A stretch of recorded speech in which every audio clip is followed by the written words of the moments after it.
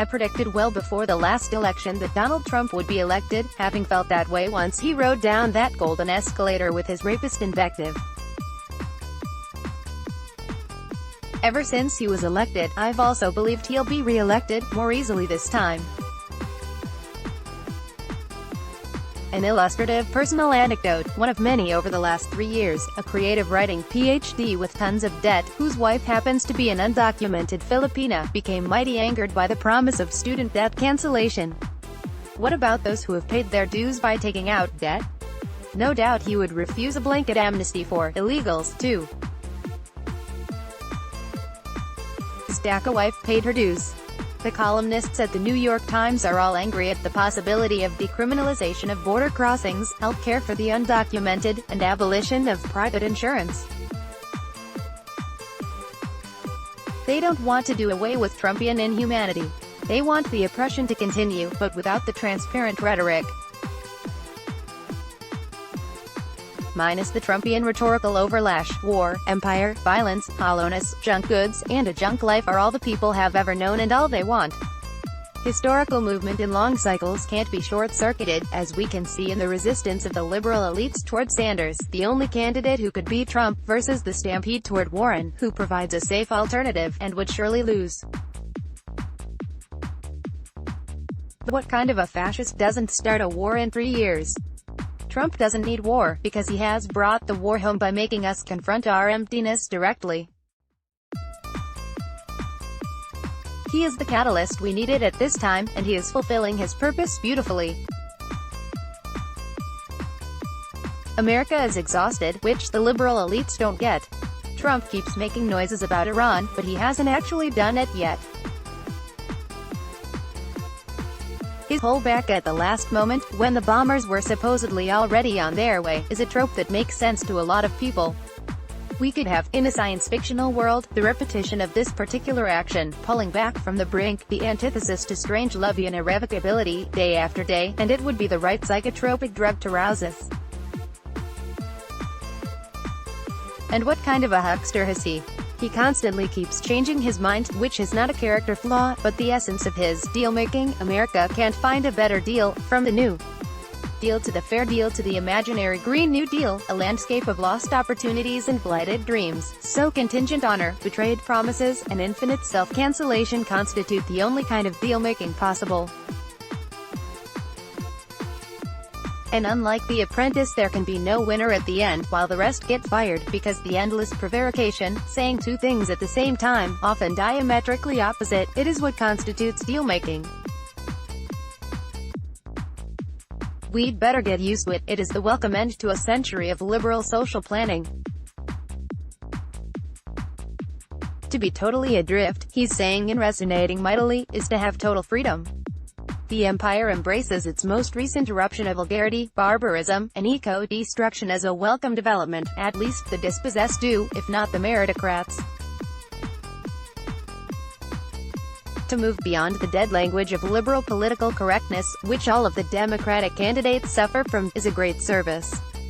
He is preparing us for the imminent turmoil of the coming decades, concluding at last in secession and fragmentation by mid-century, with the kind of language the empire needs now. He's reading history well, only too well, far better than his ideological opponents, the neoliberal globalizers or the democratic socialists. Not one of his opponents is prepared to say that power is America, brute, unforgiving, no second chances power. This kind of power requires a base removed from liberal education. He reforms language every day, in his tweets, which emanate from our deepest unconscious, such as when liberal stand-up comedians turn out to be racists and misogynists in their revealing moments. As we prepare for the age of brutality, he's telling us, as the Times columnists confirm every day in the limits they impose to compassion, that the recent gloss of multicultural tolerance, in the Reagan, Clinton, Obama years, was the final fantasy. His border wall seeks to literalize the walls of segregation and inequality that have been going up relentlessly all throughout the interior. He won't start wars of humanitarian liberation, because that was the foreign aspect of the domestic malevolence passing as tolerance. Jeane Kirkpatrick counseled in the 1970s that we could work with good authoritarians around the world but not socialists. Trump's affection for Modi, Bolsonaro, Putin, Kim Jong-un, and Mohammed bin Salman is nothing new.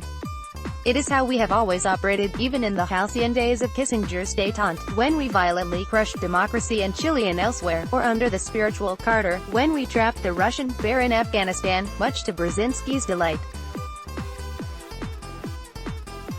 Trump doesn't want to restart history, to repudiate Francis Fukuyama, or Bill Clinton. Nor does he want to start a clash of civilizations, to validate Samuel Huntington, or Bush Jr. He is content with leaving history alone, which seems natural, coming so soon after Bush Jr.'s counselors, who wanted full-spectrum dominance. The deal, as Trump sees it, is ever-changing, immune from textual recreation, legal solidity, constitutional affirmation. What is his obsession with China then? China for the last 3 decades has been a management consultant's dream come true. Trump is not playing a zero-sum game, a chessboard called economic nationalism, with China. With him, we move beyond oligarchic nationalism or even democratic fascism. China helps construct a total vacuum of thought reaching even beyond the vulgarity of trashy American consumerism. We no longer want their tacky goods. We want the Harley-Davidsons back, or not, it's okay if they don't come back.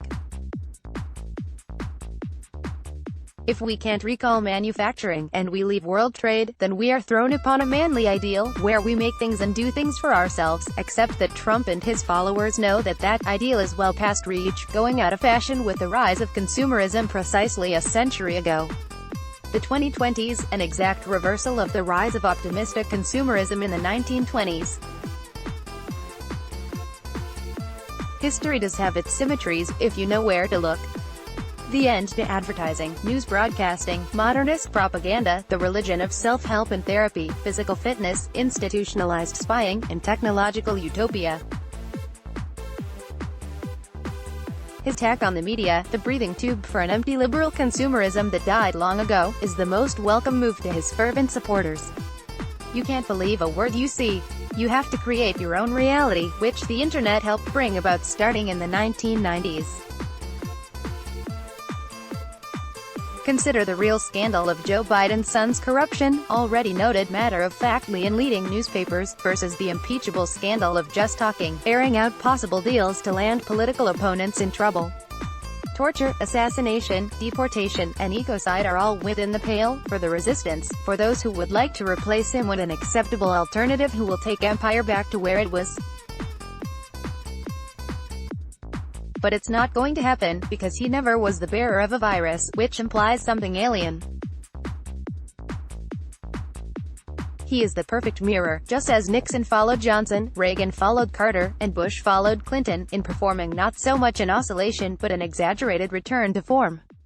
Empires, heavy and difficult to maneuver, don't engage in circular or sideways motions. Trump is the accelerant to the endpoint empire needs now, just as Reagan and Bush served their functions earlier, and in that sense, he is a true man of the people. You don't beat a man of the people electorally, you just don't. This essay appeared originally at Salon. Let's block ads. Why?